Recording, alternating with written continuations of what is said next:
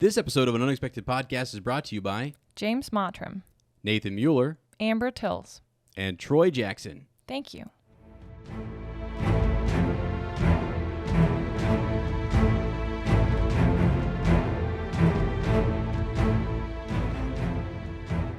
Hello, friends, and welcome to An Unexpected Podcast. I'm Ez, And I'm Lottie. and we're talking Tolkien.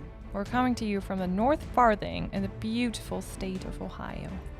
This week, we return home, specifically to the kitchen, for a nice, warm, fried peanut butter and jelly sandwich before we sat down to watch The Hobbit, An Unexpected Journey. It was an unexpected journey in the kitchen as well. If you were there this morning, you saw that. It was. One of the fried peanut butter and jellies turned out nice, crispy gold. The other one got a little dark. It got a little burnt. That's how it is in life. Sometimes you get a little bit burnt when you spend too much time on the skillet. That's a fact.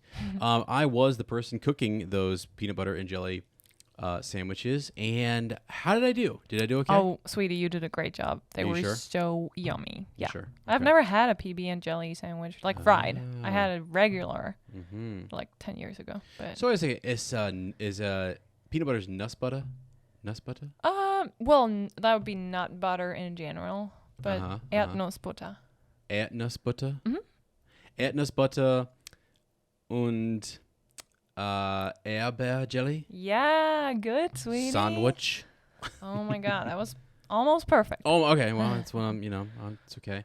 Always striving to be perfect. We also had French toast. Yes. We had French toast, which was really good. I mean, we had like a lot of food, like real hobbits do. Mm-hmm. People watch us eat did. breakfast, eat second breakfast, 11sies. We actually had tea, 11sies. coffee, We had all a of little that good brownie something, Yeah. right? Which you sent my way, which was delicious. So we watched the extended edition of The Hobbit. We're going to get into that here in a second. But we had some wonderful folks who popped in with us over. Yeah, that on was the so live. much fun. We want to say thank you because it was a little bit strange. I just at 8:30 was like, I'm just going to go live where you can watch me cook this peanut butter and jelly. There's actually a step process to that. And so I wanted to flex a little bit in the kitchen. You know what I mean? But it was great. It was a fun time. We got to do that. We sat underneath our little cozy apartment, sat under the stairs, and we ate our breakfast. We got ready, hung out with some folks. It was just a good, chill morning. It was kind of rainy. I went and got my Dunkin' coffee.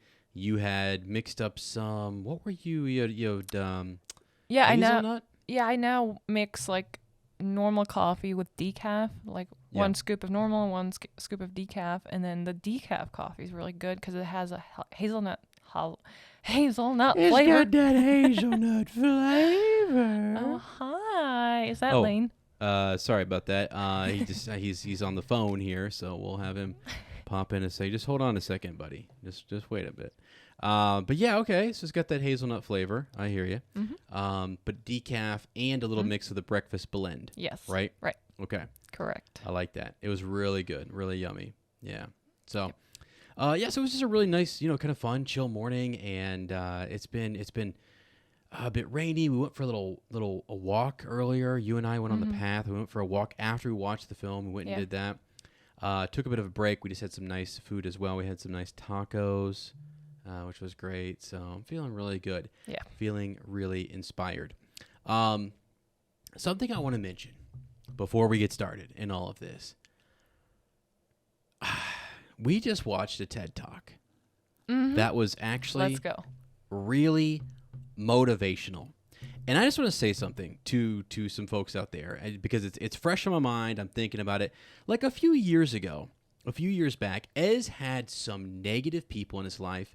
I had some toxic, kind of a toxic work environment. Just had a lot of things going on. I was depressed from my mom passing away. Had a lot of different things going on. Every single thing, and we'll see if we can find this TED Talk and link it down below.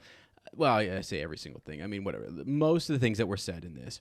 You got to be careful with those words, like, Right. every single thing and never and always and all, whatever. Yeah. But it was a really good talk where this individual talked about the psychology, like habits and like things that you can do to change your life. And I just want you guys to hear this from me. Andrew said this. He sent us a really nice message after we did this kind of talk at the end of our last podcast.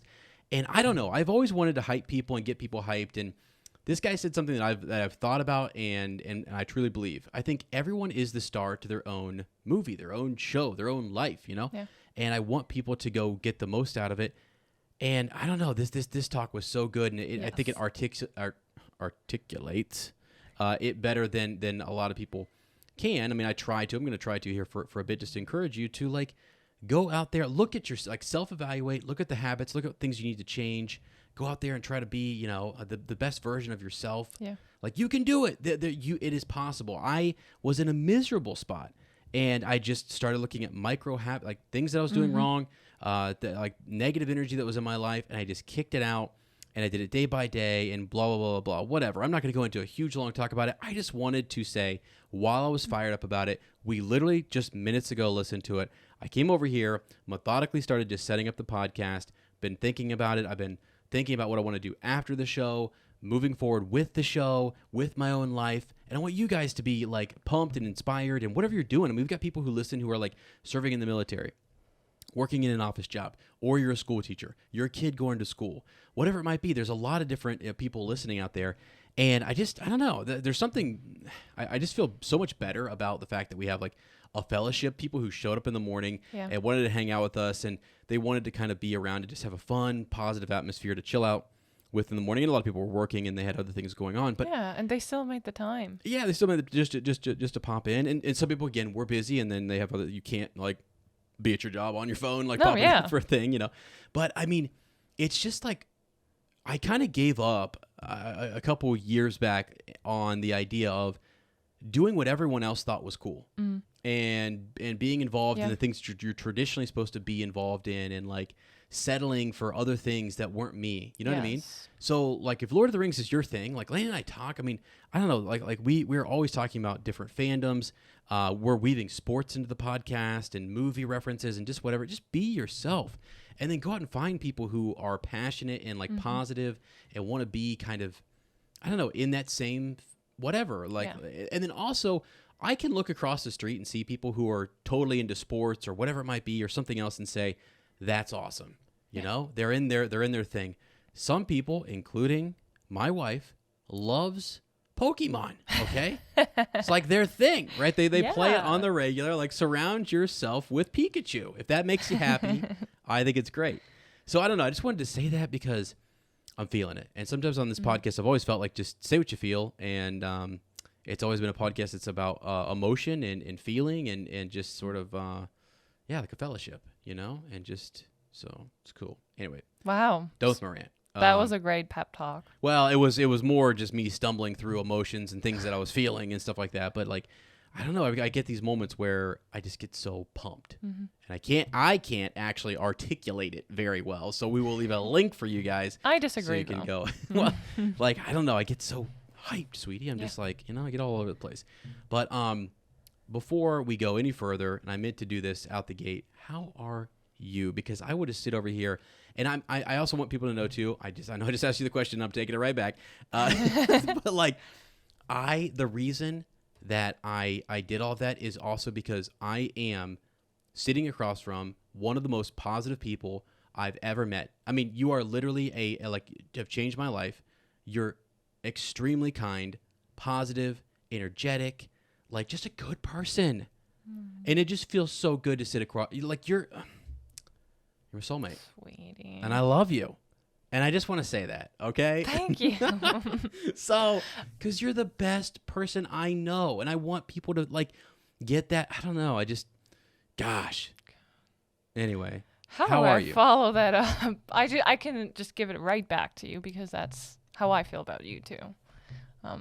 Just to keep it short here, I could go on a rant too, but I'm really good. And you're right. It was so good to just sit down. And normally when we eat dinner, we just watch a show for entertainment, right? We could be watching some trash TV sometimes. I know. Like, everyone does. Yeah. Sometimes from time to time. But today we just decided to do something different. And, you know, we ended up watching some motivational videos, some TED Talks, like you said. And even though you have heard all that stuff before, we know like habits are important, right? We talk about it all the time.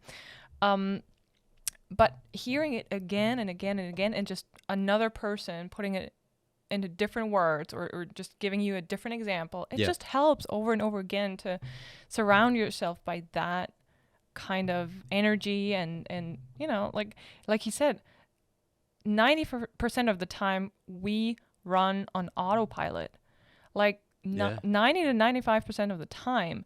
And it's, well, while it's really difficult to in the moment change it, but you can make the decision, okay, habit by habit, I want to change my life. So in 1 year, he said it, we almost all the time, we overestimate what we can do in 1 week, right? Yeah. But we completely underestimate what we can do in 1 year, 2 years, or 5 years. Yeah. And that's a big motivation to really start doing little things every day. Yeah, that better yourself, that puts yourself in a better, I don't know, just state of mind and more, just to feel good and to make progress and to be, success can be a lot of different things or whatever. But yeah, I feel you on that, and I don't know, that's why you said something else too. Like we've all heard these things, like you hear it all the time or whatever. I have a chance on this podcast right now to say something that's positive or try to, if I can, get my words straight. Why not? Why not do that? Why not do that for each other? Why not be in the group that's trying to be positive and push people in a better direction? Yeah. And then every morning I get in my car, and I've told you this, sweetie, I listen to my motivational video. Every morning I roll over and I give you a kiss and I tell you I love you. And I will do it all the time. Like, and people, you can say, well, is it just habit? Have we just followed it? Like, even if that is just a habit, it's an intentional habit. Yes. It's something I want to do every day that makes me better, that makes us better. And I just feel like I want more and more people to do that. We were talking to Andrew. Andrew was in our live stream, and he's out there doing the oil changes, getting everything ready for his wife, for like just for Mother's Day, for girls' night, for all that stuff. Right. And it feels good, actually. Yep. Just to let you guys know, it really does feel good to hear those things. Like I enjoy those little things, like you're doing something for a friend or for a partner or for whoever, for your kids, and it's like we see that with Lane and Sarah all the time. Yeah. And just kind of complimenting one another and building each other up. And I just feel like that's an awesome thing. During this rewatch, I was so like upset at Thorin for the longest time. I know. I'm like, you're not making Bilbo feel any better. No. You're not helping. You're not really being a leader, right? I mean, you're really not leading the way that you should. And so, but that changes. Yeah. And that's the thing. We're all dynamic, and those things change. Right. And we learn. And then he has a great moment. Great moment. And it's just awesome. And it's good. You're like Thorin is very and we're only going to talk about the first part today necessarily, but you at the end, you're like, Thorin's really self-reflective, you know? Which was good at the end of the film. His last, like we're only talking about the first movie, but his last words are super self-reflective. Yeah, yes. On his whole life, basically. Right. Gosh, sorry, I'm just like all fired up over here. Been all over the place, but Did I feel like I interrupted you anywhere? Did I? No. Did I? Mm-hmm. You going? Okay. No. Okay. All right. All I was going to say, like, Bilbo was probably running on autopilot the whole time, and then something uncomfortable enters his life. Yeah. The wizard. Prospect. The prospect, yeah. An adventure. Yep. Right. Yes, he does. And it's like, okay, so... Right, Gandalf shows up, and then it's his whole life is changed, and his whole environment shifts, and he's got to kind of figure out what's he going to do. Yeah, a lot. Cool. Yeah, that's cool. All right. Well, okay. Wow. We'll keep weaving that conversation out throughout many episodes, many podcasts, maybe the rest of this podcast. We'll see. But I do want to bring some things up. So you're feeling good. Lottie's feeling good. I'm feeling good. We're hyped. We're motivated. It's awesome.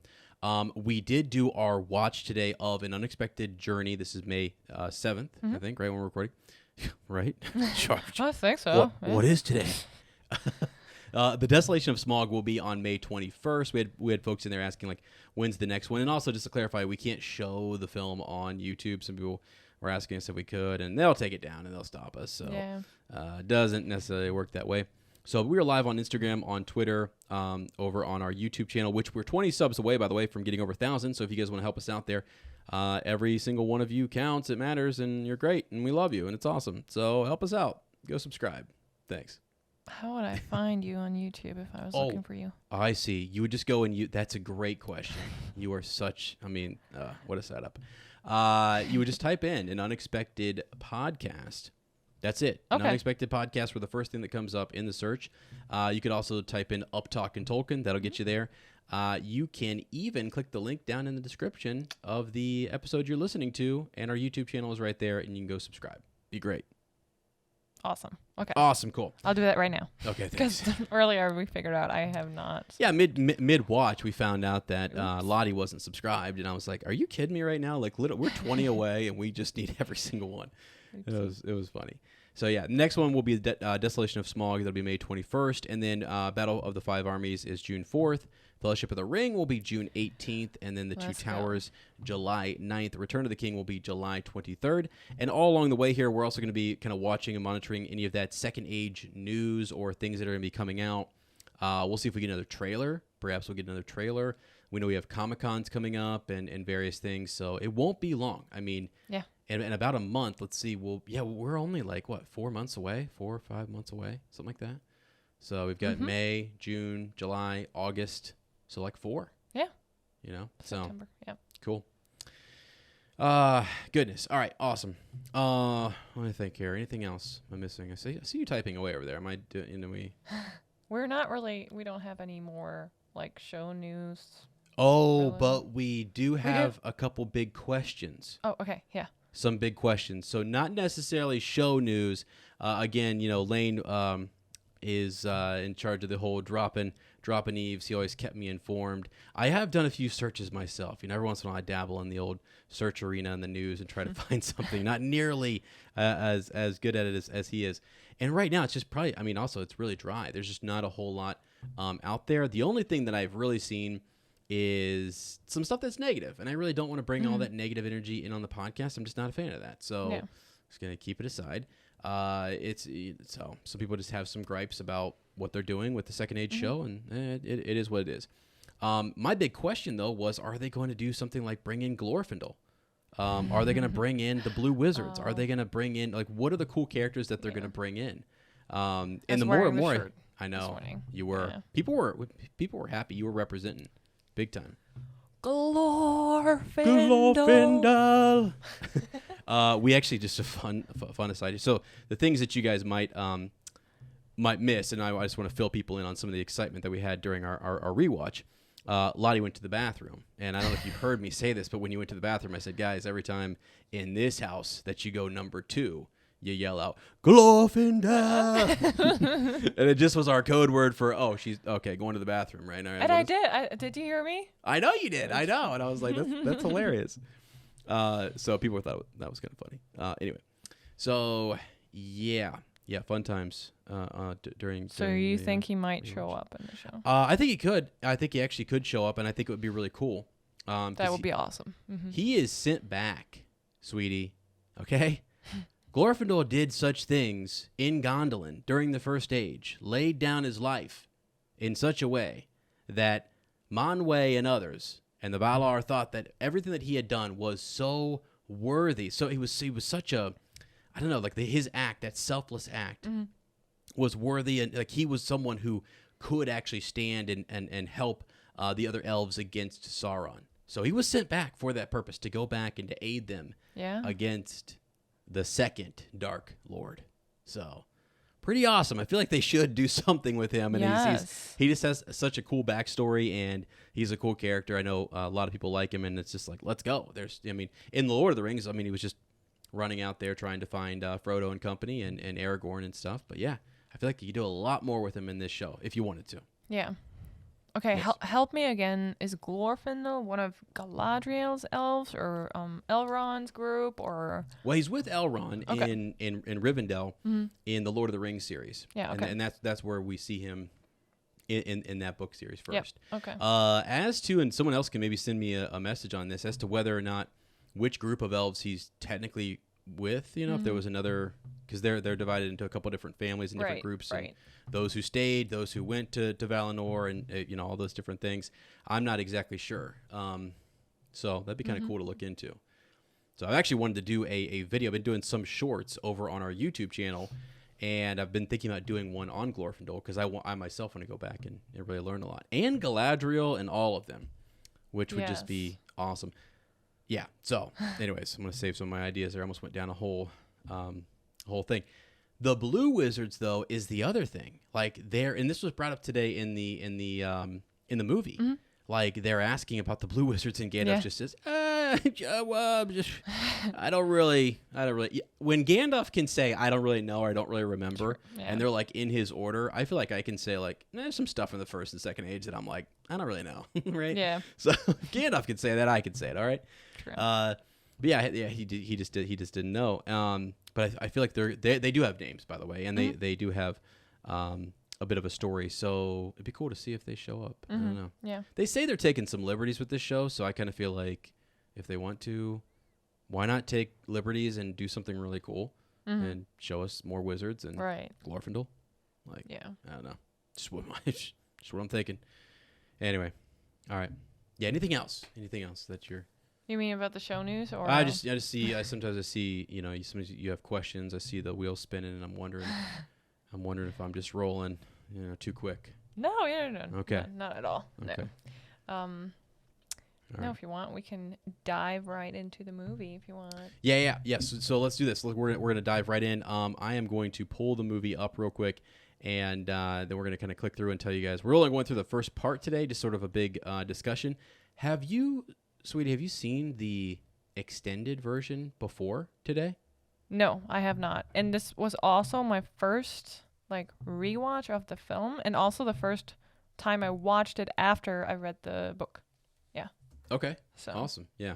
Because you blitzed through the book for the last chapter we did, right? Yeah, and there's quite a lot of differences now that I noticed between the book and the movie. Yeah. Pretty. I mean, there has to be if they make 3-hour movies about a small book. Right. Well. Yeah. So for me, now we did this kind of as a joke. People were saying, I don't know, has Ez ever actually seen the extended edition? Lane always made those jokes, and yeah, I have. I have not. It's not something that I watched. I don't know, for some reason we had, just when the movies came out, like the Lord of the Rings movies, I had the theatrical versions, and then when the Hobbit came out, I didn't even know, whether they did the extended or not. I started watching the theatrical, and then when you go buy it for yourself, and I bought mine on Amazon, and I have also the DVDs. You go get the extended. Which was awesome. I think Cameron popped in. He's like, "All I have is the extended." I'm like, "Yeah, okay, that's where we're at. It's all fine." We need. Yeah. So, what was cool about the Amazon stuff? I'm just going to pitch this for you guys. There is the X-ray thing, which I think is cool. It's got some general trivia. So that was, that was pretty fun, just to kind of click through there and learn more about the actors and who played what and who did what. It was really cool. So let's see. Today it's about a 3-hour movie. So we're going to about an hour and 30 minutes, which will be right when they're in Rivendell. Awesome. So right when they make it to Rivendell. Love so we'll kind of get right up to that point, and then we'll stop there and we'll pick up again for the next episode. But yeah, so what were your initial thoughts, I guess, as we were watching it? Did you have any big takeaways or things that just the experience, I guess? You wanted to talk a little bit about the experience and how much it was, it was fun to sit around with people and watch it. Yeah. So I really, really liked it that you could, watching it with other people worked really well because, and I know other people would disagree with me here, but it's 3 hours long, the extended edition. Yeah. So you can sit there and the pace is pretty slow.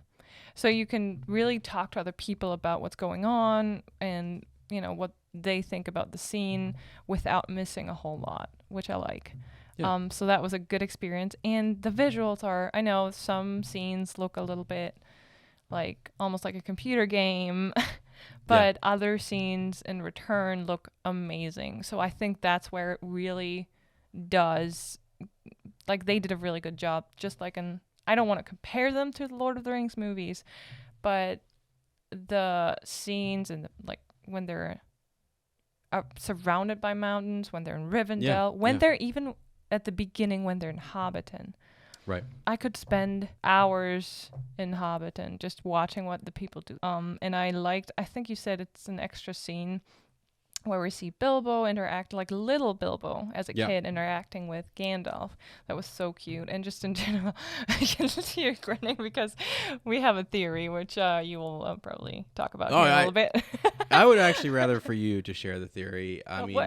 You saw that, so you should. You should share it. Wait, please. did I see it first? You did. You did.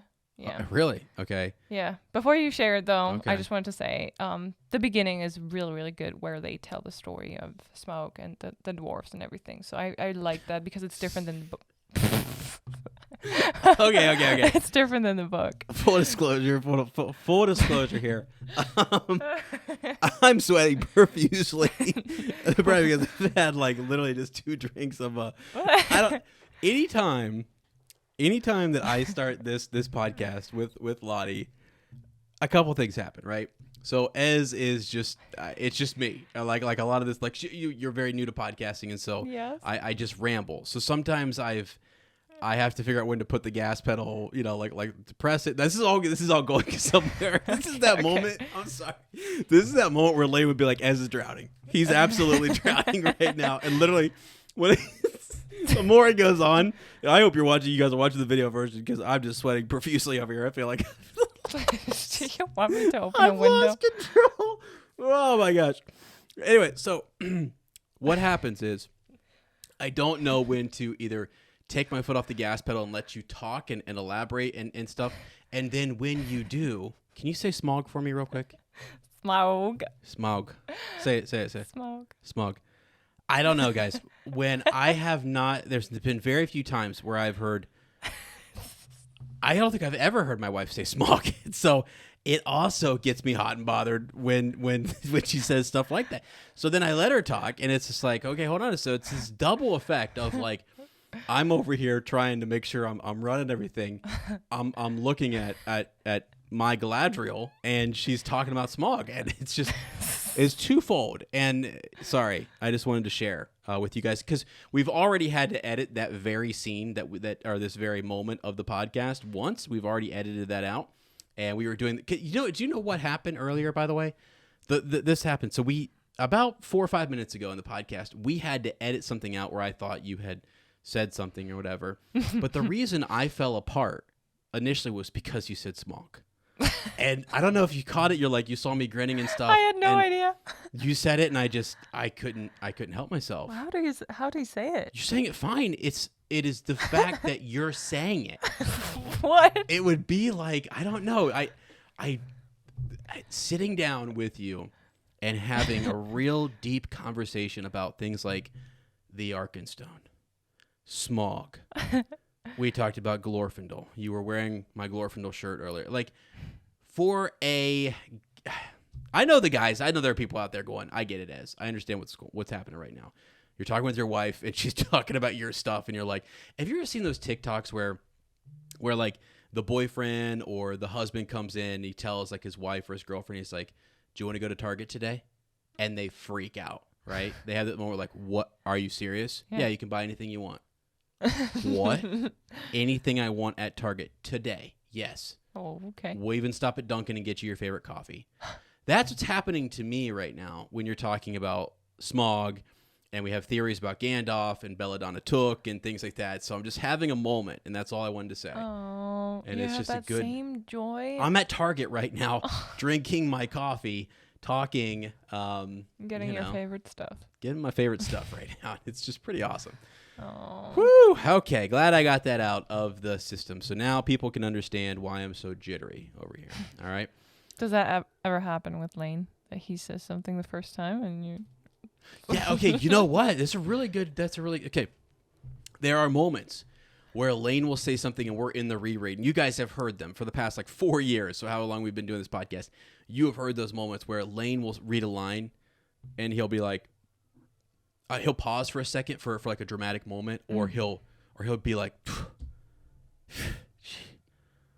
It's just that whisper. It's just that sound in the microphone. Yeah. We're just like, oh yeah, okay, right. Something heavy. Yeah, like that extra breath, comes in, and there's a pause where I think it's normally those moments where it's like, okay. And with me, like often I'm like, let me repeat this. Mm-hmm. So our moments are more like, I just kind of had a freak out moment where I was sweating and panicking and just sort of like, oh my gosh, my, favorite person in the whole wide world is talking about smog right now. And it's awesome. And, Lane is talking about some epic moment with Aragorn, or I'm talking about Gandalf, and we just hype the heck out over that kind of stuff, and it's awesome. Yeah. And so you do catch those moments where sometimes you're just rolling through the chapter. Okay, there's hills, there's trees, and there's walking trees that are ends and stuff. You know what I mean? But then sometimes it's like, okay, hold up, stop. All right, let's stop. Let's like slow this moment down. Yeah. And that's typically how those moments happen between he and I. Mm-hmm. Very different between you and I right now. Like sometimes I'm sitting over here going, wow, just that we're talking about this is awesome. So again, I think thanks, sweetie. It's great. It's fun. Welcome. Okay, now let's move on to something that I think is super important. And this is something, and I just want to mark this down. This is what I do. I start to slow these moments down because I want you guys to understand what's coming, and I want you to understand that what we're about to say is significant. And it is something that you've never heard before, okay? We are going to present to you a theory of the likes that you've never heard of. I don't think anyone's ever brought this up. I'm going to try to find the exact minute on this. Mm-hmm. So during the storytelling and all these different things, let me see here. It's like I can't find it exactly. There's an extra scene where Bilbo is running around. Is it right out the gate? It might be right out the gate. I think press play once here. We have the story about smog. Can you say the Arkenstone as well? The Arkenstone. The Arkenstone. Okay. Yeah. But yeah, it's okay. So it's something where Gandalf is there. Belladonna walks over. And he's what is he hitting Gandalf or something? Yeah, he has like a wooden sword. Why are you laughing? I don't know. Okay, all right. Yeah, Belladonna Took, and if you look her up, go look up some images of Belladonna Took. Okay, I'm gonna do that right now. Go, please do. And I never caught it before, but like to be good morninged by Belladonna Took's son. Mm-hmm. Okay, it's something we've all heard. We've heard that line and stuff, and in the movie. And this is a film only thing. Obviously, this is a film only theory here. Okay, just like the stuff with Galadriel that you're gonna see where this all ties in a second. So Bilbo is taking his sword and he's like beating or tapping on, and this is little tiny Bilbo, on Gandalf as he's lighting off fireworks or whatever, and Belladonna runs over and she's like, no, she's like, come here, sweetie, blah, blah, and don't do that, etc. And after she moves, and you gotta watch real close for this one, she moves Bilbo away. Who does she lean into and hug? Very intimately and for a long moment. Gandalf the Grey. Right? Grandolph the Grey. So, I don't know. People always make those kind of jokes about like Gandalf and Galadriel. Is there something going on? Seems to be some intimate stuff. There's probably some fanfics out there. Mm-hmm. I am now pushing the like Gandalf came back and said, "That's my son, Bilbo." Someone was in the chat during the live watch when we brought it up because all I said was, I was like, did you guys see how intimately like Belladonna hugged Gandalf there? And then someone said, I think it was Amanda, said like, they just in the chat when he came back to talk to Bilbo, quote, Bilbo, or like, I am your father, Bilbo, or whatever, something like that. And it was something like relating to Star Wars. And it just stuck. Yep, it just stuck in my mind. The whole time we talked about it, just the fact that, is that like... It fits. Doesn't it? Why he picks Bilbo over everyone else? He comes back for his son. Right.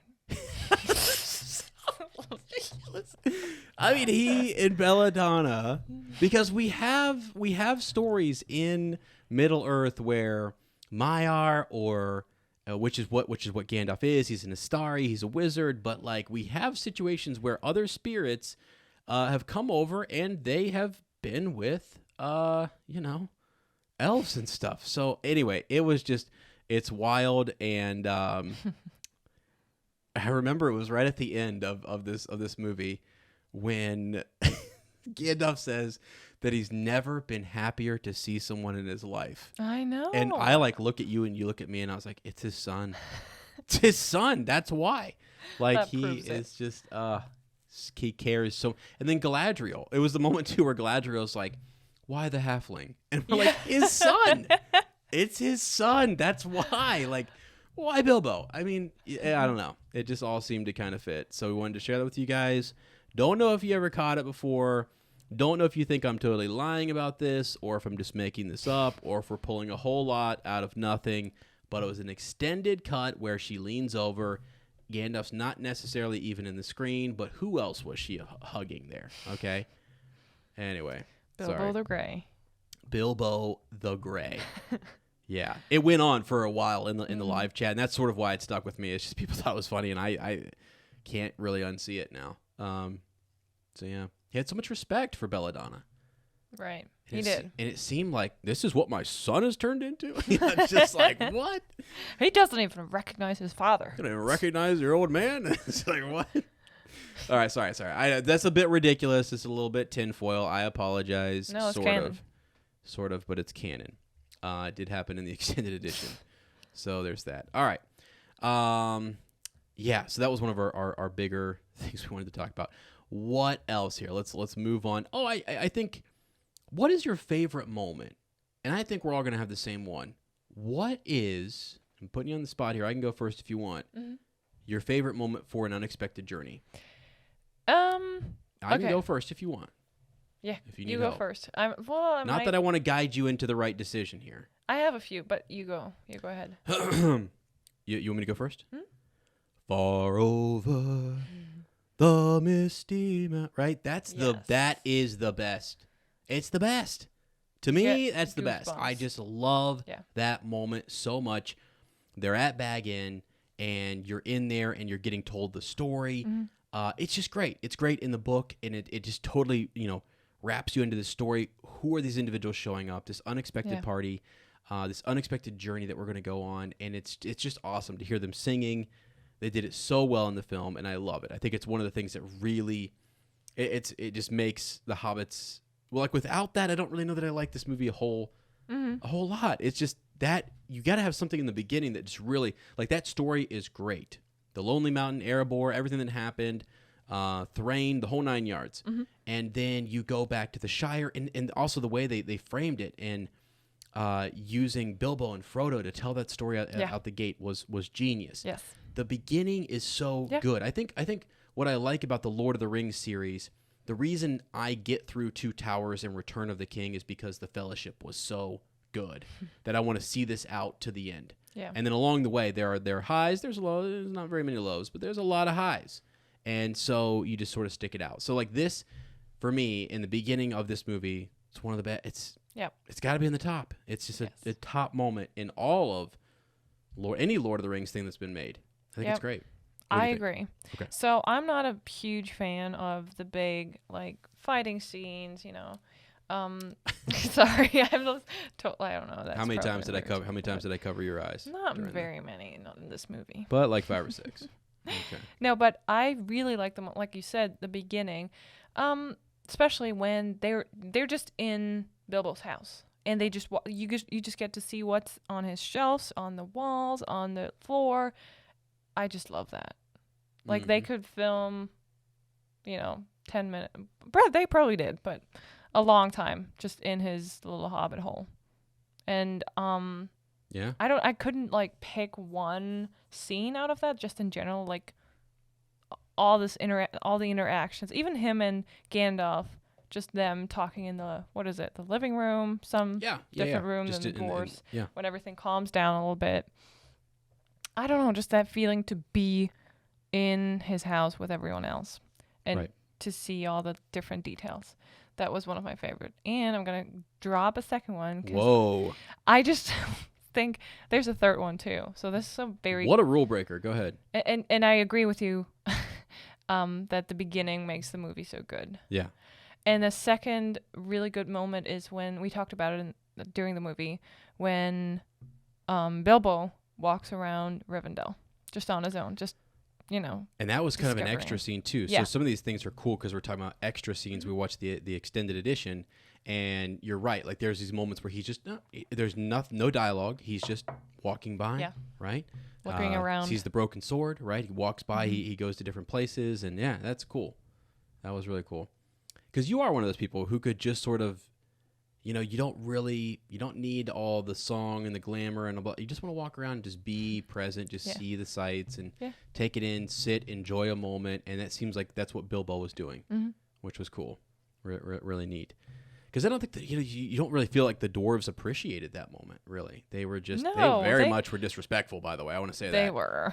And I think the hate for the elves is deeper in the movie than it is in the book. Hey, that's what we were talking about at the beginning of this podcast, which is in the what's it called? Subconscious. Sorry. Yeah. Yeah. So yeah, you're right. Yeah, it is there. It's there in the beginning with Thranduil and the gems and the white stone. That is not given over to them or whatever. So some sort of strife. Okay, did you have a third? Well, the third movie, I really liked the end when Thorin kind of tells Bilbo. Oh, you mean like in the whole thing? So at the very end. Oh, yeah, you mean like first part? I thought you meant in this one you had three parts. Yeah. Gotcha. No, it's fine.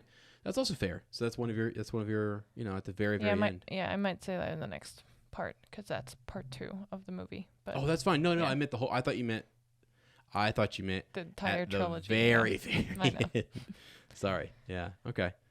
No, that's cool because that is a good moment. And we are talking about the whole film in regards to that. So yeah, you're fine. Yeah. What about yours?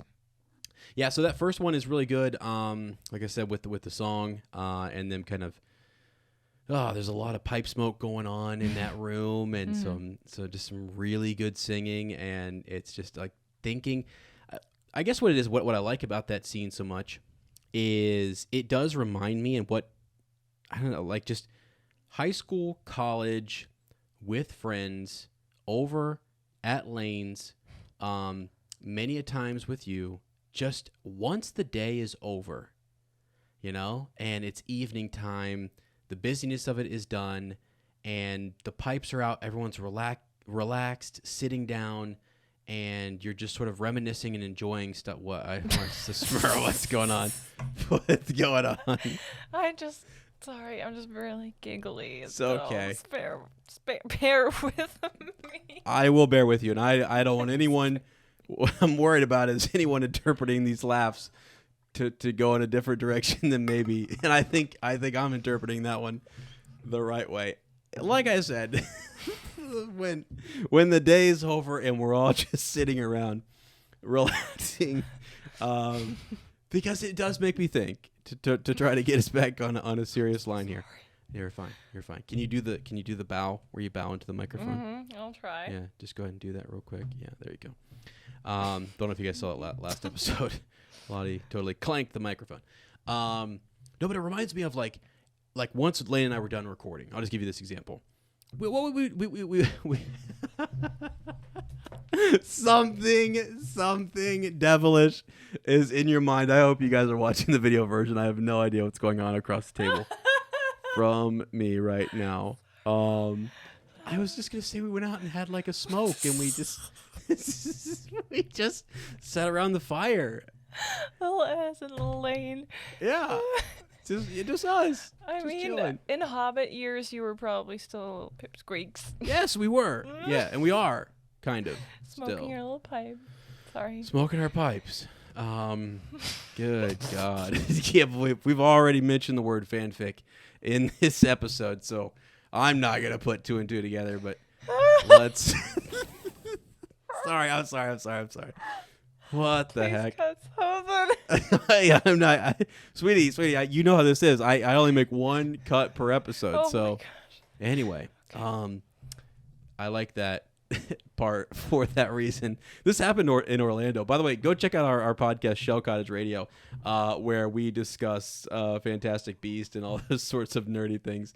And sometimes Lottie gets what is known as the giggle fits, and she can't stop. All right, she cannot stop, and it's okay. She's going to gather herself, and it's gonna be fine. All right, other things, other moments. What's the problem is that once I start to get serious, she can't. All right, other moments in this. Sweetie, there's a string of saliva coming up. It's like literally. Woo! I'm sweating again. All right. Okay. Sorry. Here we go. Professional. Thank you. That's what I need. Hey, look at me. That's what I need. Follow. You ready for this? Here's the test. Are you able to follow my finger? Back on the podcast. Good job. Yeah. All right. Other things. I love Radagast. I'll say people don't like the Radagast moments, but I actually like Radagast a lot. I'm a wizard guy, so I'm definitely into those moments. I thought those were really good. And I think really in this it's just the mention. We're going right up to where we get to Rivendell. So Radagast shows up. There's a talk about the necromancer, which is really cool. People don't like that because it's not in the books. And I think I've read, maybe Lane told me this at some point, that Peter Jackson said, this is it. This is my last shot to kind of do this and to get some of these story elements in. Yeah. So they turned this into a trilogy. And I know some people are sort of like, it was about money. It was about different things, whatever. It's more Middle-earth, and it's expanding the story or whatever. I have The Hobbit. I can go read it. But I do understand, though, that people were upset. And I get it. Because I'm dealing with the same thing in Wheel of Time and stuff. Like, adaptations are tough. Right. People are still raging out about Tom Bombadil scene being cut from Fellowship and his whole character being cut. But, like, those are some of the greatest. I was talking to Lane a couple of nights ago. He was about as giggly as you've been, honestly, during that phone call. But it was just all about how many awards those films had won and just how great they are. And there's a major adaptation, changes that were made and revisions and stuff. So they went with that same idea here. And today, let's do additional stuff instead of cutting stuff out. Yeah.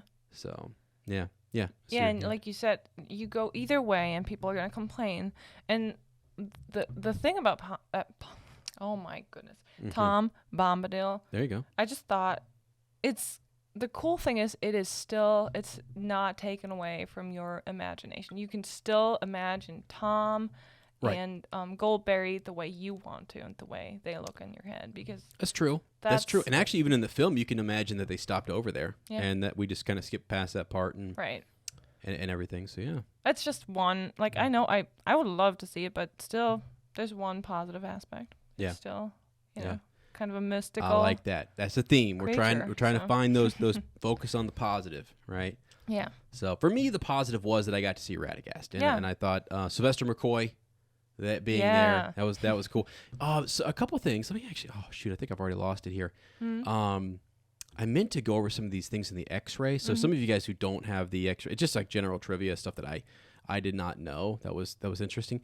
Did you know, sweetie, that the prosthetics, the Hobbit feet, that in the originals, so in Fellowship, Two Towers, and Return, they only covered up to their ankle. So like their shins and their knees and everything that we saw for the Hobbits, that was the actor's leg. Okay. Yeah. In this, those didn't last very long back in the day. Okay. So they actually then designed them all the way up to the top of the kneecap. Wow. Like the whole thing. And it fit for a whole day of like shooting or whatever and stuff like that. So I just wanted to bring that up because when I mentioned the X-ray, I'm talking about the extra stuff that they kind of throw in there that's trivia that's awesome. And that's actually probably I can hear Lane saying to me right now, that's in the appendices.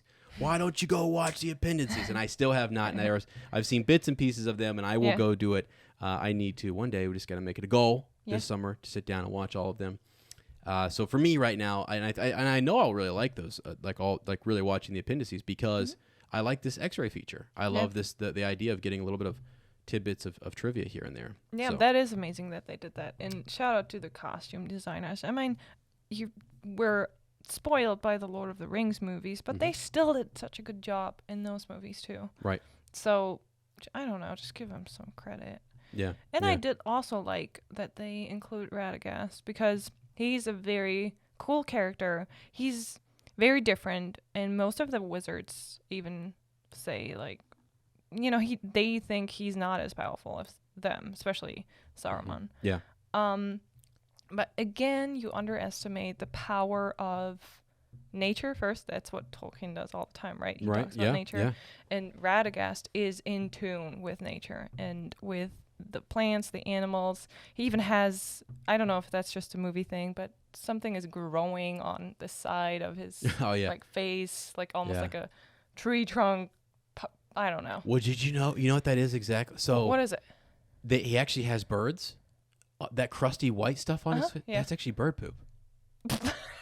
Oh my god! I was like, that's so cool. He's like, I think unless it's the other side. Let me go look. But like, no, are you talking about the white? I think that's what I've always thought it was. It could be something else. I don't really know. But I think it's because he has birds living on the. But he is kind of a crusty. It's like it's hardened. What do you guys think? What is that? I thought it was like, what do you call it? The rind of a tree? The bark. Bark, yeah. Yeah, I get you. So that he's almost kind of, okay. But, yeah, that's funny. Interesting. Yeah. See two different interpretations. Yeah, really something. Okay, the other cool thing, and I'm just mentioning a couple things here, some goofs and stuff, like when Gandalf is talking to Bilbo just outside of Bag End, there's a woman in the background putting clothes on a line, and then when they change positions, the clothing... Let's see, the clothing changes positions depending on the shot of Gandalf we see. So just weird things like that. I love seeing... How dare they? How dare they? How dare they goof up anything in this film, right?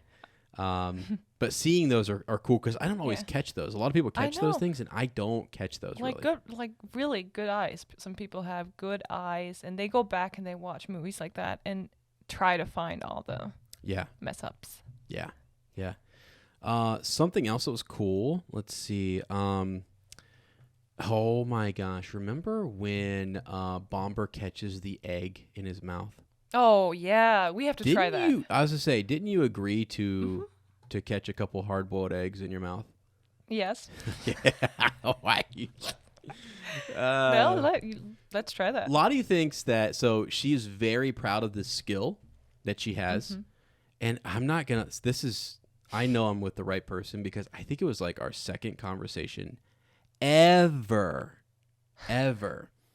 She said, to impress me, by the way, this was to impress me, that I think we were just on a video chat, and out of nowhere, you just took a blueberry and went just up in the air and then caught it in your mouth. And I think you did it a couple of times to see if I would say anything, and I was like, that's pretty good. And you're like, yeah, actually, I never miss. Like, I'm good. And you are good.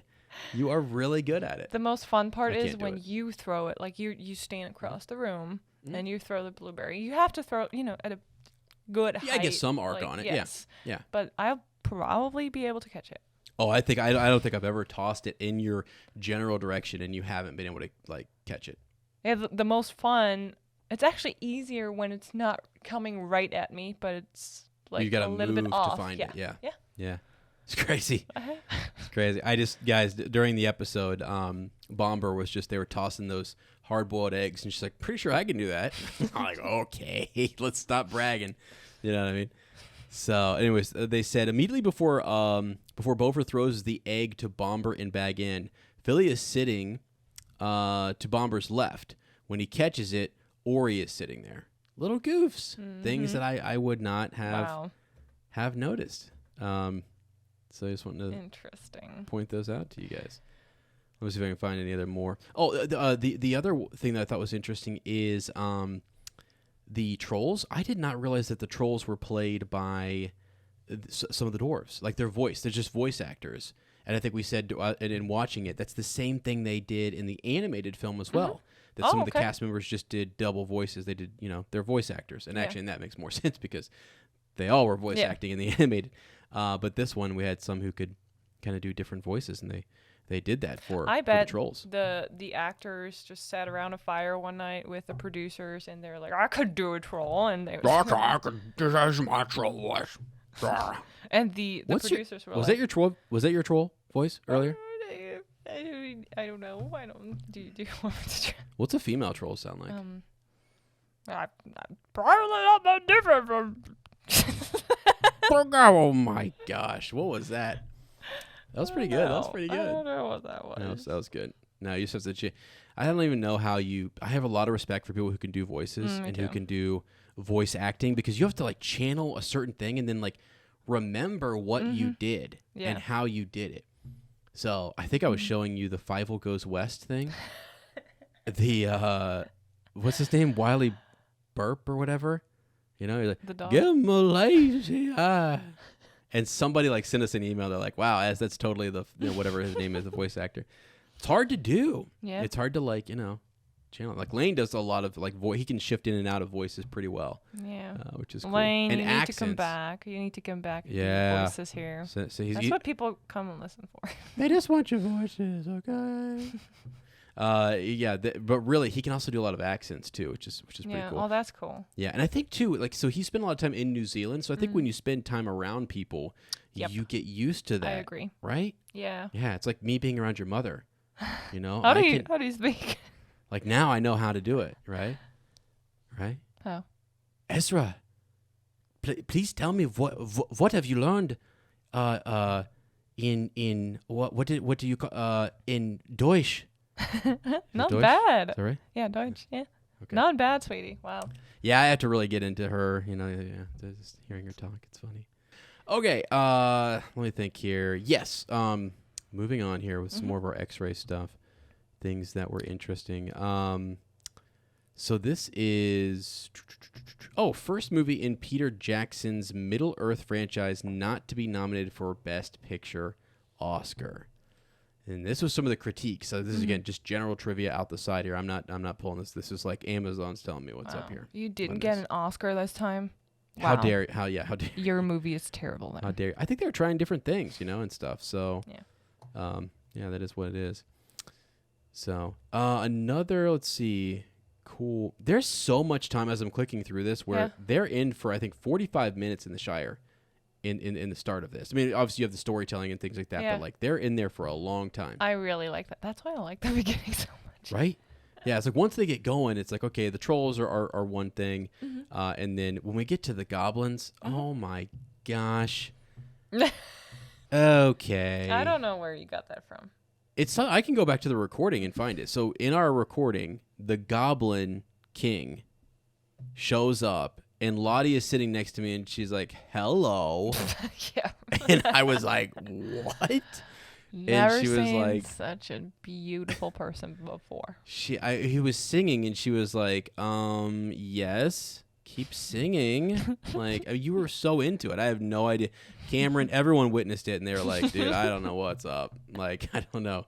You had some weird fascination with the Goblin King, and I was like, okay, go draw some fan art then. What was the other one? There was another one. Was it Gollum or a lot of people tried to sell me? No, it was the trolls. It was the trolls. Okay. You said something about the trolls, and I don't remember what it was, but you were just, was it when he was pickpocketing him or something? I don't even know. Yeah, anyway, I'll have to go back and check that. But yeah, it was really kind of sus. Mm-hmm. The characters in which you were drawn towards. Yeah. Your favorites. Well, what does that tell you? What's your take? I don't know. That you're into trolls, that you're into the Goblin King. Do I look like the Goblin King? No. Do I look like a troll? Excuse me. Am I an ogre? Shrek was pretty cool. Don't tell anyone. Oh, I'm kidding. All right. So, no, we were just making fun. That's why the rewatch was fun. More of it is like to sit around and watch it with someone else and have a good time during all of that. Because, yes, your hand's raised. I have a question for you. A big change, huge change in the movie was compared to the books that orcs showed up, and there was this whole story about Thorin and the orcs and. Yeah. Him cutting off the hand of that grand orc. What's his name? The warg. Yeah. I don't know. How did you like that? Did you like that? Do you think that made sense to include that in the movie and tell that story? Yeah, they do tie it in somewhere, and I don't know if they call him a goblin or if they call him an orc or whatever. It seems like they went almost.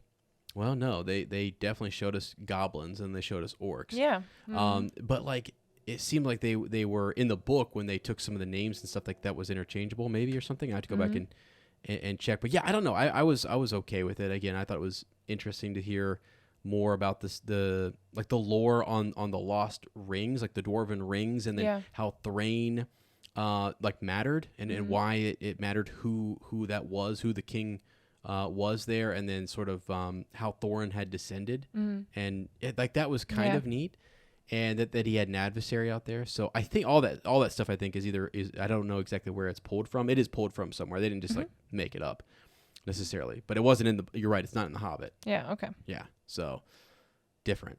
Yeah. Gotcha. I wasn't. I'm not. I don't know. I've never even been like a real, I don't know, purist in terms of like you have to adapt something exactly this particular way, because I've already seen how that's been done. Yeah. You know, I've already read and I can always go back to it.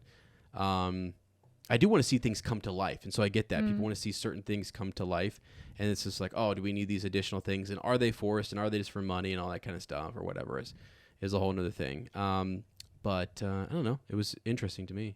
I think it was like they offered Viggo Mortensen to come back, and he was like, I'm not in The Hobbit. They're like, well, you're around, you're alive. Like Legolas came back, right? And it like made more sense for him to be there and have a role, because elves are cool, and so we wanted that elf to tie us in and whatever. Yeah. Orcs are cool, and so we decide to show you, they're different. Like what's going on with the necromancer's cool, right? Air quote cool. Yeah, and I think that did make sense to include. I think that was really cool that they included the little council meeting. Yeah. To see more about why Gandalf leaves later on. Yeah, because there's like a whole story about it. That's another thing where they stop and they tell a whole story. Yeah. Because I actually remember when I first watched this, I was like, dang, they did not get very far in terms of the journey. You know what I mean? I'm like, there's still a lot more to go. Yep. So yeah, that was interesting. But they do a lot of backstory and things like that. So yeah. Let's see, what else was kind of neat here.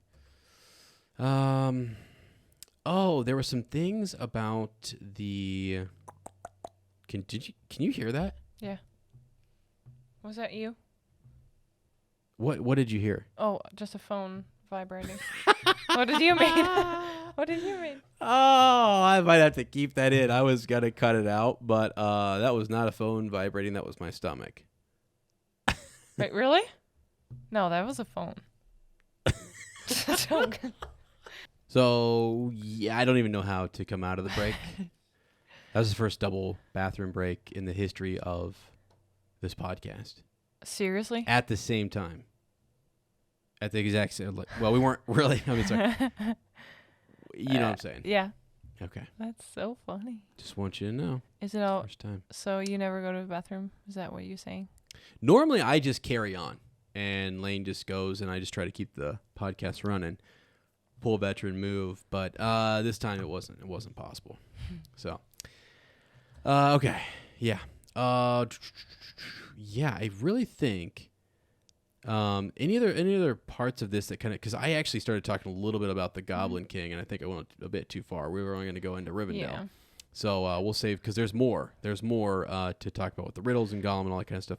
Yeah. In the next episode, because in this one, again, some of the bigger points were just the chase, the orcs, Radagast. Going to Dol Guldur, right? Yeah. And seeing the necromancer. So, yeah, I don't know. Those were some of my, I enjoyed those. Mm-hmm. Me too. Thought they were great. Yeah, I mean, the first 45 minutes were great. Yeah, they were. I did say, and I think I want to make sure I said this earlier. Thorin is a jerk. Yeah. To start this whole thing, he's a bit of a jerk to Bilbo. Yep. I love Bilbo, so I wasn't a fan of how he was treated. Mm-hmm. And in the book, if you remember, Thorin was very much sort of like, I don't know, they would all kind of go back and forth, right? They would harp on him a little bit, but then they would be like, oh, thank you so much, and blah. There was just sort of like, hey, where's the recognition for, all the different things I've done to kind of help you guys? And that's going to come up in later movies and stuff. But yeah, there was quite a bit. There's a lot of hate, not hate, but like disrespect, I guess. Yes.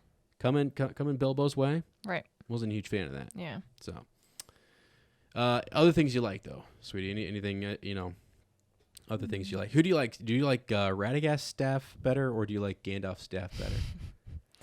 I couldn't even tell you what Radagast's staff Look like? Do you have it pulled up, the film? Do you have it pulled up? Nope. It's an hour and 17 minutes. Or if you just search Radagast's staff, careful now. But it should come right up. I mean, Gandalf's staff is pretty cool. So. Yeah. Well, so Radagast, he's got that. Oh my gosh. Oh yeah, that whatever it is, it looks like a different version of the Arkenstone. I don't know, what is that? Oh my gosh. You think that looks like a different version of the Arkenstone? Yeah, I guess not, because the Arkenstone is like the most beautiful stone ever. No, but what are those stones though? Mm-hmm. Yeah, You I want know? to know. Like Gandalf has one in his, and like Okay. and like, you know, they have like he pulls it out, right? And remember he heals the little hedgehog. Mm-hmm. You remember when he does that? Yeah, I know. And somebody said in our live stream, they're like, you know, He's a big fan of Sonic the Hedgehog. yeah, was that Sonic? You know? But no, he uses that little crystal or something to pull out some of the poison. Mm-hmm. And yeah, those things just look really cool. So where do they get those? How do they acquire? Do they have extra powers? That's never really explained, is it? Or and if it is, please let me know. So if I'm missing something out there, which I'm sure that I am, I missed all sorts of stuff. You guys know more about what that is that Radagast is using. I just can't really search stuff live on the show or I fall to pieces. I'm just gonna say it. I like Gandalf's because it's longer. So there you go. Wow, is it actually longer? I don't know. It looks like it because Gandalf looks a lot taller, and his Okay. staff's like here, and I don't know. Gotcha. Okay, that's cool. That's awesome. I mean, I don't know if you can Google Gandalf's staff length. No, it looks cool. I think they both are really awesome, and it's kind of neat to see what they do with them, how they use them to fight, and everything. So, yeah, which is great. You had to remind myself that this is a film. Yeah. Right? They're throwing in these extra special things that might not be based in, know, actual stuff. Anyway. Yeah. Yeah. Time to move on. It's cool. If you guys have more information on it, let us know, and we'll follow up and talk about it and go from there. So, okay. Anything else we wanted to kind of cover, I guess, in this first half, things that we liked, didn't like. It was bird poop on Radagast's head. Prove it. All right, rather not. Okay, so I think that's it. We're gonna kind of wrap up there, guys. We could go on. You guys have seen it, and those are just some of our, funny moment. It was more about the rewatch experience for us, and then talking about, what we caught this time or whatever we didn't catch, or, just some of the X-ray footage stuff that was cool. And in general, I really do like the beginning of it. It starts to lose me a little bit with the Goblin King, just a little bit, but okay. Anything else though, sweetie? Anything else that you want to kind of cover in this first part here? No, we're good, right? Yeah, I think so. Okay, cool.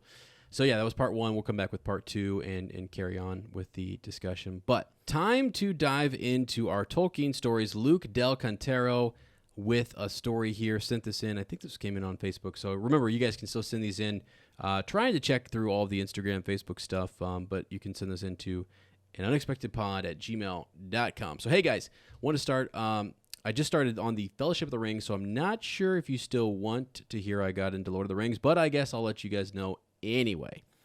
For me, it started with my dad. He would always talk about these awesome movies called The Lord of the Rings. While we were out in nature, he would tell stories from them, like Frodo falling into the marsh or Sam fighting off the giant spider. The only problem was I wasn't allowed to watch them until I was 12. So until then, it was just my imagination putting together these tales as a hobbit of the Shire, or as a fierce elf hunting down orcs. I was so excited for the day that I would finally be able to watch these movies that I had only heard of in stories. Eventually, I turned 12 and watched The Fellowship of the Ring, and ever since, it has been my favorite movie.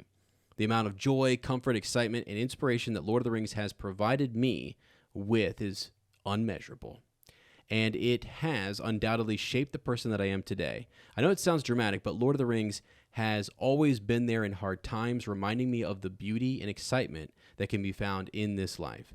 It inspires me every day, and now at the age of 20, I am so excited to finally jump into the book series. I'm not always great at sticking to books, but your podcast is helping me to keep going with it because I enjoy listening to you guys so much while I'm working at my job or just cooking dinner. Thanks for doing such an epic job helping to inspire Tolkien fans all across the globe. Luke, awesome. Thank you for writing in. This is cool. That's actually an interesting way to kind of hear the stories passed down from your father or whatever. I love that. Right? I actually like when someone does sort of like, okay, give me the short on this, or like tell me something in it that hooks you into the story. I talked in paragraphs about when you go there and that bookseller can pitch a book to you. It's awesome. It's great. My friend Matt would tell me the whole story of Dragon Ball Z. Let's go. And he just sat there and told me the whole thing.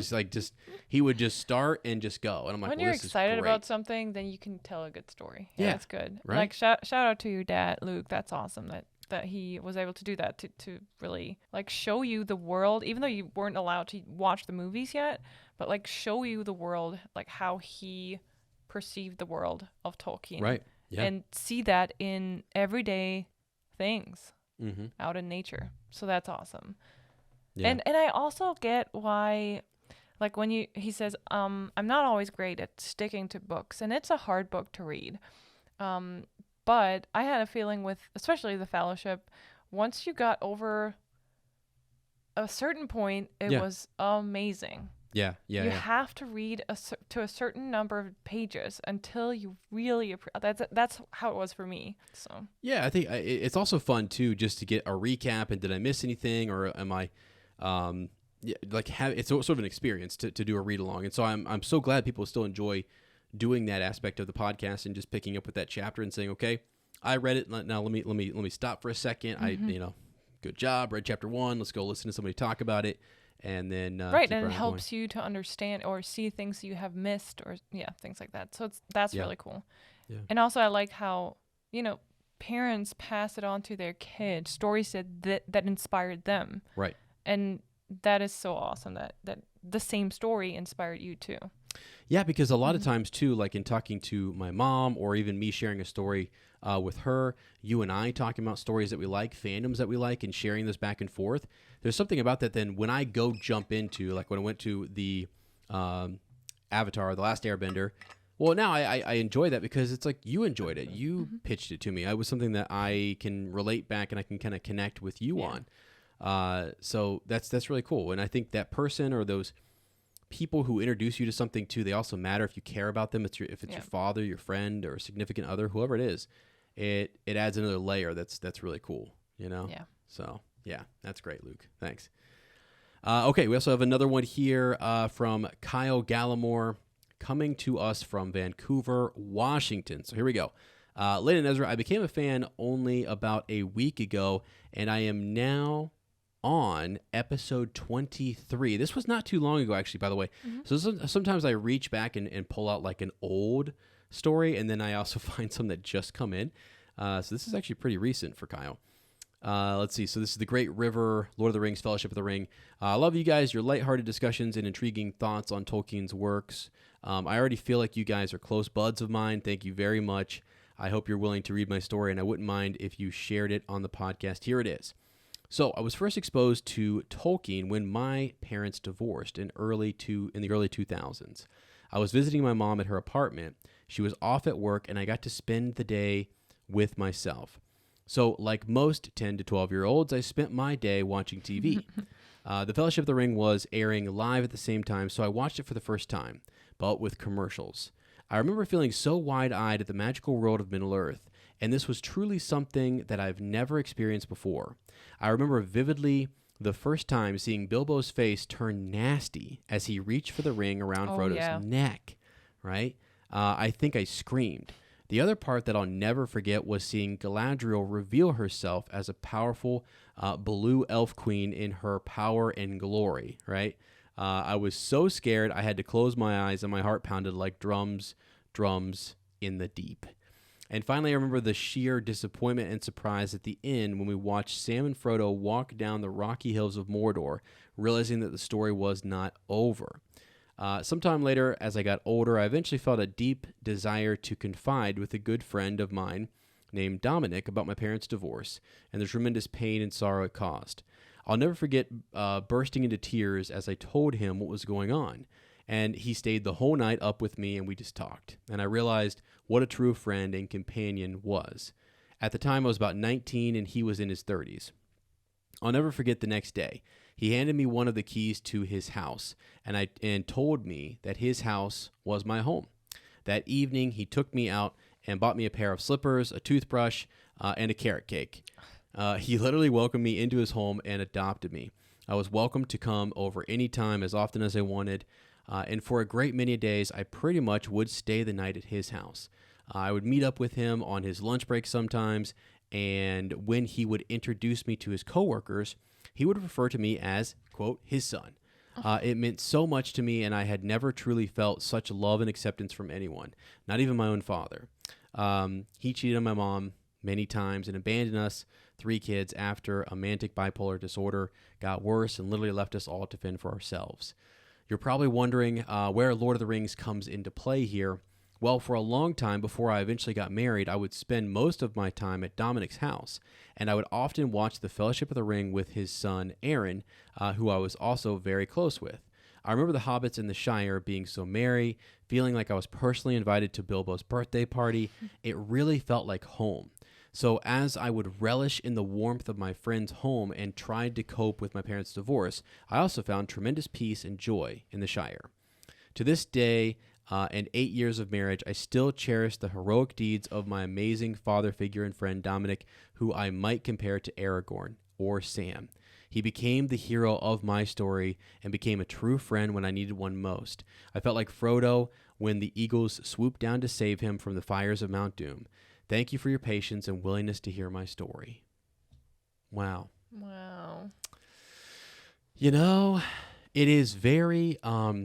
Well, what I've always really thought is interesting about these stories is that there are so many of them that come in. Number one, you're all wonderful, lovely people, and you all have very different backstories and lives and things and hurdles that you overcame, and then some, but it's like they're all very different in the beginning in their origin, and then somewhere along the line, a lot of the stories kind of converge, and it's like, Lord of the Rings is a way in which I escaped, or I found peace, or I bonded with a friend, or whatever. You see sort of reoccurring themes right around that point. And that's where I think fandom and Lord of the Rings and the power of that is really good. And this is also really cool, just that like to share this, Kyle, about, a father figure. Yes. You know what I mean? That's I think different, and Dominic being able just to come in and say, hey, you can come with me, you can come stay at my place. What a great person. Yeah,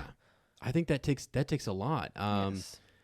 And it's good. It's heartwarming to know that there are people out there that will do that and that will look out for other people, right? That they just, this person needs you in some way, or they want to help, or they're in need of something, and I can provide that. Yeah. And then just build a relationship and a bond with someone. Absolutely. Yes.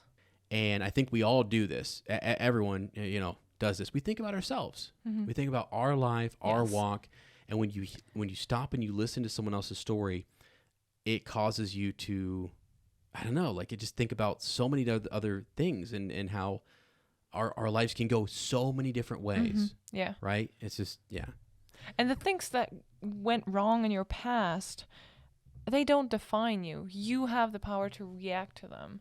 Yeah. And in that case, you were lucky to have a friend like that. But at the same time, you probably also made an effort to come back, to see, watch Lord of the Rings or read the books and see what's out there and how you can connect that to your own life and see the little things, the little joys in life. Yeah. Yeah, for sure. Yeah. You respond. I mean, even being able to write in your story and share it with other people. Right. Because the other thing too is I can't always like it's interesting. I think we have this human experience, this life or whatever, and we know people who have similar experiences maybe to what Kyle's feeling or what someone else is feeling. But someone out there listening is saying, yeah, I was there too, or I understood, or I have a similar story to what Kyle has, and it just, so we share them because the fellowship, when you look at the fellowship in Rivendell, they all came from so many different walks of life, and they had different purposes and different backstories and issues and things that they had to overcome. We all do. And I think it is important in the day and age we live in to like talk more about those things and to share them. Yes. And just because, it might help the person who's bearing that burden, and then also it educates and informs and gives perspective to other people. So, yeah, thanks, Kyle. It's just a lot to share, but we appreciate people sharing these. Lane and I have always appreciated these, and I think something that Lottie has said, when we first started talking about Up Talking Tolkien, was that the power of these stories and how important they are to the podcast, to listeners, to people who write them and stuff. And by the way, too, I wanted to mention, like, I didn't want to, and Lottie and I talked about this, like, do we continue with the stories? Do we not? I know Lane is not here right now, and I hope you guys are okay with us. You sent them in. And Lane reads these as well, too, because that's the other thing, too, that I know some people, the dynamics of the podcast have changed. And so Lottie's here to kind of help me out and stuff. So I hope you guys are okay with me still kind of carrying on and reading some of these. And we'll get some, when we have time. Lane has a lot to share, and Sarah does as well, and his whole family, things that when there's time and when it's right, we can pass on and share some of these things. And he's listening to all the episodes, too. So definitely heard your story. Yeah. So, all right, friends. Well, yeah, I think that's it for this week, right? Yeah. Yeah. So, crazy episode, giggle fits, random bark and stone situations, and all sorts of everything in between. I've lost track of how many edits we have to do in this episode. There's probably 5. If I missed one, just ignore it. Okay, just roll with it. I have no idea at this point. It's wild. Whoops. Yeah, it's all good. It's all good. Okay, friends, be sure to follow us at Up Talkin' Tolkien. Check us out over there on Instagram, Twitter, Facebook, all that good stuff. The fan page is still up there, and some cool projects are being shared over there. Don't forget to follow Firelight Fables Candles, right? We were actually burning one during the show earlier, weren't we? It was like the City of Elves, I think, or something, which is pretty cool. So also drbeancoffeecompany.com. Check that out as well. We've got links for all that stuff down in the description if you guys are interested in some of their products. We've promoted them here on the show for a long time and have been good partners with them. So can't thank them enough for that. So if you want to reach out to Lane and Sarah, their links are down below as well. You can also reach out to them at the Shire P.O. Box 96, Amanda O, Ohio, that is, 43102. So, all right. Well, friends, that is it. Next time we will be back with part 2. We're going to do the second half of The Hobbit: An Unexpected Journey, and we'll see what happens. I don't know. It's so unexpected. Yeah, it's very unexpected. I did not think we would be talking about the things that we talked about in this episode today. Oh. So there's that. Anyways, all right. If you like the podcast, don't forget to subscribe, like us, write that review, send us a shadow fax.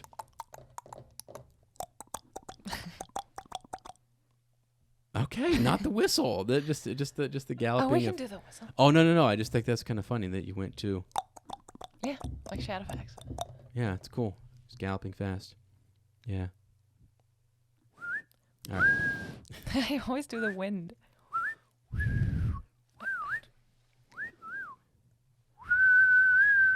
Is that? Well, that was really good, actually. Do you think they would whistle for Shadowfax that way? Like, you think Gandalf ever got to the point where he was just like. You know what I mean? I'm just kidding. You would probably whistle like that to Belladonna Took. Oh my gosh. Hey, Belladonna. Yeah, crazy. I can't get the whistle up. I can't. Wow, there you go. It's good. It's good wind. All right, friends. Well, that is it. We'll see you next time. We're going to try to do these on a more regular basis and just get more of these out to you guys. Trying to carry us through. Again, just keep our spirits up, keep the fellowship rolling. Right on into the new show that's coming out in September 2nd. So be ready for that. We will see you guys soon. And as always, remember that Bilbo knows. He knows.